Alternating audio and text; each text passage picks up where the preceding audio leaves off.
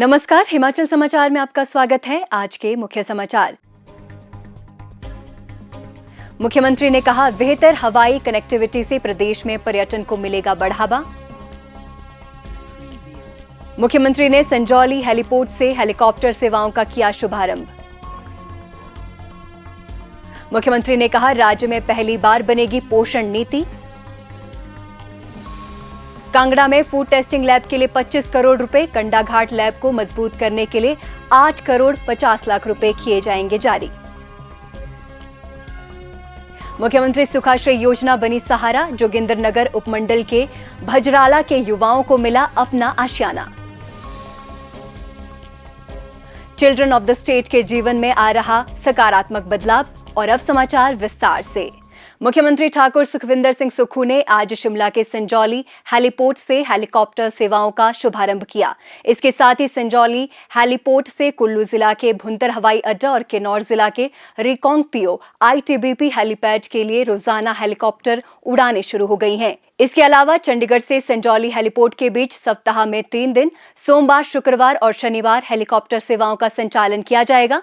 Helicopter का किराया संजौली से कुल्लू 3,500 रुपए प्रति यात्री, संजौली से रिकांगपिओ 4,000 रुपए प्रति यात्री तथा संजौली से चंडीगढ़ 3,169 रुपए प्रति यात्री निर्धारित किया गया है। शीघ्र ही संजौली, रामपुर, रिकांगपिओ और संजौली, मनाली, सासे हेलीपैड के लिए भी हेलीकॉप्टर सेवाएं शुरू की जाएंगी। इसके लिए डीजीसीए को प्रस्ताव भेजे गए हैं। मुख्यमंत्री ने कहा कि ये सेवाएं पर्यटन से जुड़े लोगों और आम जनता दोनों के लिए बहुत फायदेमंद साबित होंगी।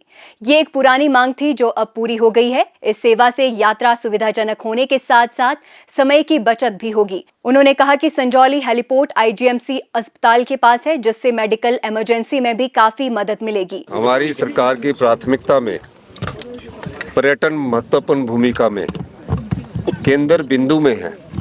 जब से हमारी सरकार आई है, पर्यटन की दृष्टि से हमने नए आयाम स्थापित किए हैं। पिछली भारतीय जनता पार्टी की सरकार ने तो सिर्फ बिल्डिंगें बनाई, 1,000 करोड़ रुपए की बिल्डिंगें बनाकर हमारी सरकार के पास छोड़ गए, जो अभी तक खाली पड़ी है।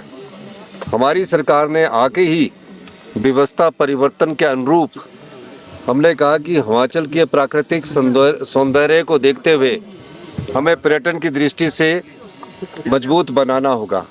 इस संदर्भ में मैं आज शिमला से चंडीगढ़ और चंडीगढ़ से शिमला रिकांगपिओ के लिए जो आज हेलीकॉप्टर सेवा का हम शुभारंभ करने जा रहे हैं। कुल्लू को भी इस हेली टैक्सी से जोड़ा गया है।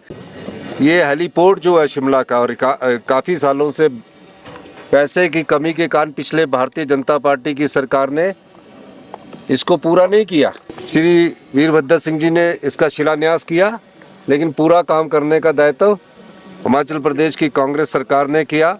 और जो इसके सेफ्टी मेजर्स है वो राज्य सरकार और केंद्र सरकार के जो सिविल एविएशन अथॉरिटी है उसके साथ मिलकर हमने बनाए गए हैं। इसके अलावा हिमाचल प्रदेश सरकार ने हमीरपुर में के जसकोट में, पालमपुर में, रक्कड़ में और माननीय नीरज नैयर जी ने पिछले वर्ष मुझसे कहा था कि चंबा में भी हेलीपोर्ट बनने चाहिए। हेलीपैड हमारे 70 है, हेलीपोर्ट बनने के लिए 15-15 करोड़ रुपया सैंक्शन किया जाता है, तो वो भी हमने स्वीकृत किया और अगले मार्च अप्रैल तक हेलीपोर्ट ये चारों बनकर भी तैयार हो जाएंगे। हमने पर्यटन को बढ़ावा इसलिए देने के उद्देश्य से किया है कि पर्यटन से सरकार को 18% जीएसटी के रूप में पैसा आता है और यहाँ के लोगों को रोजगार मिलता है। इस दृष्टिकोण से शिमला से चंडीगढ़ और रिकांगपिओ के लिए फ़्लाइट शुरू कर दी गई है और निश्चित रूप से इस फ्लाइट का लाभ जो शिमला से चंडीगढ़ बाय टैक्सी लेकर जाते हैं 3,000 या 4,000 रुपये की, और उसमें समय का फ़ायदा होगा, तो इसका फ़ायदा हिमाचल प्रदेश की जनता को भी होगा।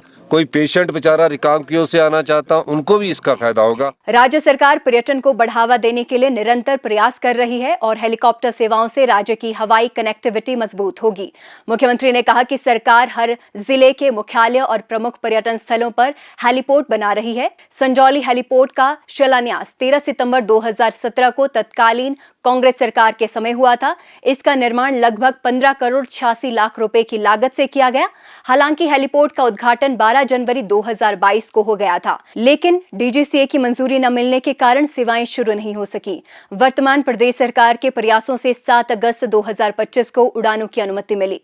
मुख्यमंत्री ठाकुर सुखविंदर सिंह सुक्खू ने आज स्वास्थ्य विभाग की बैठक की अध्यक्षता करते हुए कहा कि राज्य सरकार प्रदेश की पहली पोषण नीति बनाएगी ताकि लोगों को समग्र रूप से लाभ मिल सके। उन्होंने कहा कि राज्य सरकार कई पोषण और खाद्य सुरक्षा योजनाएं चला रही है, जैसे एकीकृत बाल विकास सेवा, मिड डे मील योजना और सार्वजनिक वितरण प्रणाली। मुख्यमंत्री ने कहा कि इन योजनाओं को ध्यान में रखते हुए न्यूट्रिशनल प्रोफाइलिंग बहुत जरूरी है। इससे लोगों को भोजन में मौजूद पोषक तत्वों, कैलोरी और फूड फोर्टिफिकेशन के बारे में जागरूकता मिलेगी। उन्होंने कहा कि नीति को अंतिम रूप देने से पहले राज्य में पोषण और खाद्य परीक्षण से जुड़ी बुनियादी सुविधाओं को मजबूत किया जा रहा है। इसके तहत कंडाघाट स्थित कंपोजिट टेस्टिंग लैब को अपग्रेड किया जाएगा और नई प्रयोगशालाएं स्थापित की जाएंगी। पहले चरण में कांगड़ा जिले में नई लैब बनाई जाएगी। आने वाले वर्षों में राज्य के अन्य हिस्सों में भी क्षेत्रीय टेस्टिंग लैब स्थापित होंगी।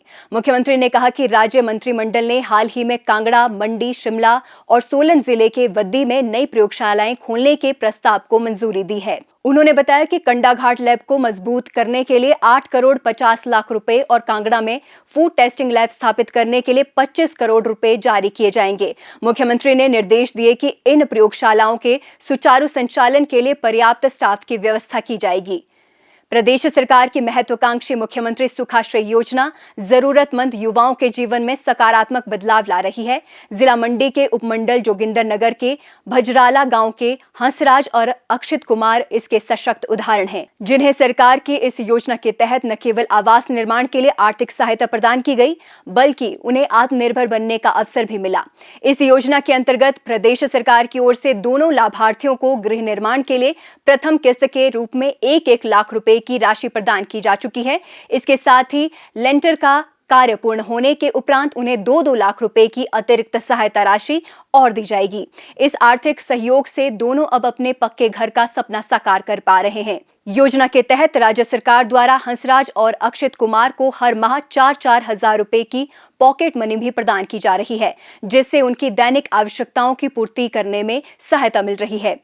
हंसराज ने इस योजना के तहत स्वरोजगार के लिए भी आवेदन किया था, जिस पर राज्य सरकार ने उन्हें 1,76,000 रुपए की आर्थिक सहायता प्रदान की है, जिससे उनके व्यवसाय को मजबूती मिली है। लाभार्थियों का कहना है कि मुख्यमंत्री सुखाश्रय योजना उनके लिए किसी वरदान से कम नहीं है। सुखाश्रय के तहत से घर बनाने के लिए ये पैसे मिले थे, जिसमें अभी एक किस्त डल चुकी है और माता पिता तो बचपन में एक्सपायर हो गए थे और उससे जीने का हमारा कोई सहारा नहीं था।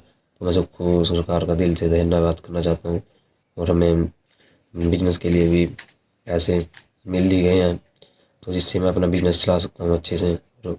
जो हमें पॉकेट मनी के लिए हमें 4,000 हर महीने डलता है, वो भी हमें आ ही रहा है।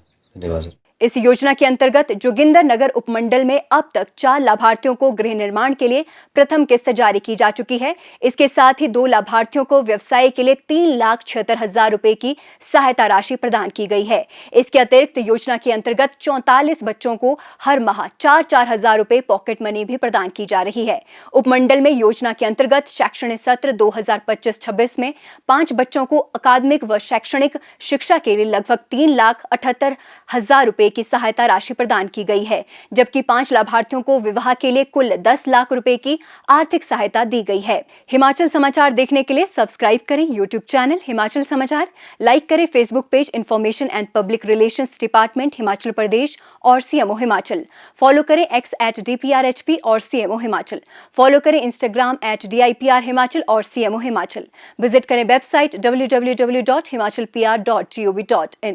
इस अंक में इतना ही, कल फिर होगी मुलाकात। दीजिए इजाजत, नमस्कार।